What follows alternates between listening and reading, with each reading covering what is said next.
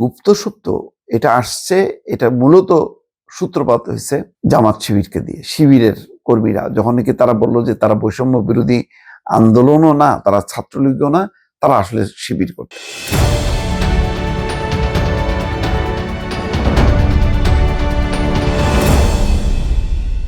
জামাতের জন্য এখন সবচেয়ে বড় আতঙ্কের শব্দ গুপ্ত।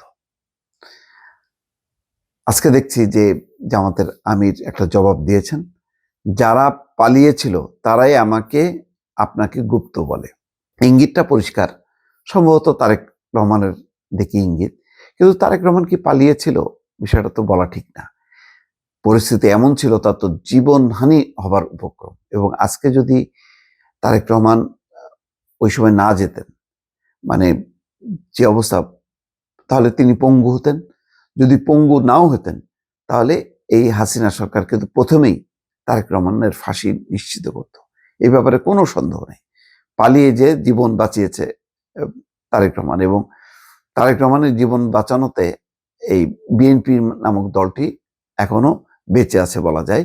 কারণ বেগম খালেদা জিয়ার আজকে মৃত্যুর পর সবাই বলছিল যে বিএনপিকে খুঁজে পাওয়া যাবে না, কিন্তু তারেক রহমান আগে থেকে হাল ধরাতে বিএনপি ধাক্কা খেয়েছে সত্য বেগম খালেদা জিয়াকে হারিয়ে, কিন্তু বিধ্বস্ত হয়ে যাওয়া বা ধ্বংস হয়ে যাওয়া সেই পরিস্থিতিটা হয়নি।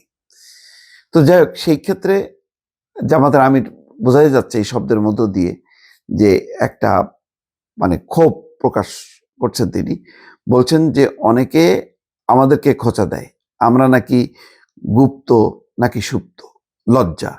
নিজেরা যারা গুপ্ত সুপ্ত হয়ে থেকেছেন সেই লোক যদি আমাকে গুপ্ত বলে, আপনাকে গুপ্ত বলে, আপনার কেমন লাগবে? কথাটা তিনি পালিয়েছেন, এটা ঠিক না, এই প্রেক্ষাপটটা সবাই জানে।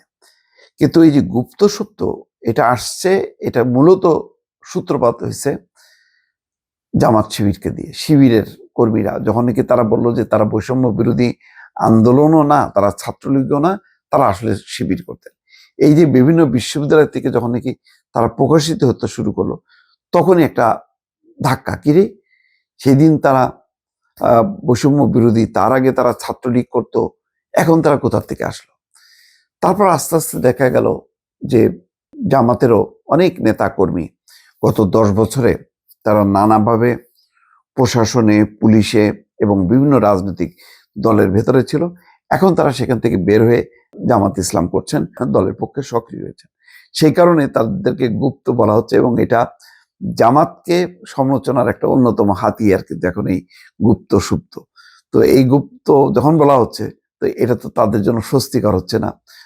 তাদের যে একটা, তারা বলছে এটা কৌশল, তারা কৌশলে ছিল, কিন্তু এই কৌশল তো বিএনপি নেয়নি। বিএনপি রাজনৈতিক দল হিসেবে প্রকাশ্যেই ছিল, এবং প্রকাশ্যেই তারা মামলা মোকদ্দমায় জর্জরিত ছিল। এবং 28শে অক্টোবর ছিল তাদের আওয়ামী লীগ সরকারের বিরুদ্ধে বড় একটা শোডাউন, যে শোডাউনের উপরে পুলিশ হামলা চালিয়েছিল এবং এটা ভেঙে দিয়েছিল। তো এবং তারপরেই তো মামলা মোকদ্দমা, অর্থাৎ বিএনপি নেতা কর্মীরা আওয়ামী লীগ সেজে আওয়ামী লীগের ভিতরে আশ্রয় নেয়নি, ছাত্রদল ছাত্রলীগ সেজে ছাত্রলীগের ভিতরে আশ্রয় নেয়নি। তো এখানে একটা পার্থক্যটা এই কারণেই এখন রাজনীতির মাঠে বারবার তাদেরকে বলা হচ্ছে যে তারা গুপ্ত সুপ্ত। এমনকি তারেক রহমান তার কর্মীদেরকেও ঠাট্টা করে বলছেন যে যে স্লোগান দেবে সে হচ্ছে গুপ্ত। এবং এই গুপ্ত শব্দটা যেহেতু কোনো অর্থেই ভালো না, সেখানে জামাত বেশ বিব্রতকর অবস্থার মধ্য থেকে তার একটা কাউন্টার উত্তর দিচ্ছেন যে যারা পালিয়েছিল, অর্থাৎ সম্ভবত তারেক রহমানকে মিন করেই বলা হচ্ছে যে যারা পালিয়েছিল তারা আপনাদেরকে গুপ্ত বলা হচ্ছে। এই রাজনীতির মাঠের এই সমালোচনাগুলো আরো হয়তো চলতে থাকবে দর্শক।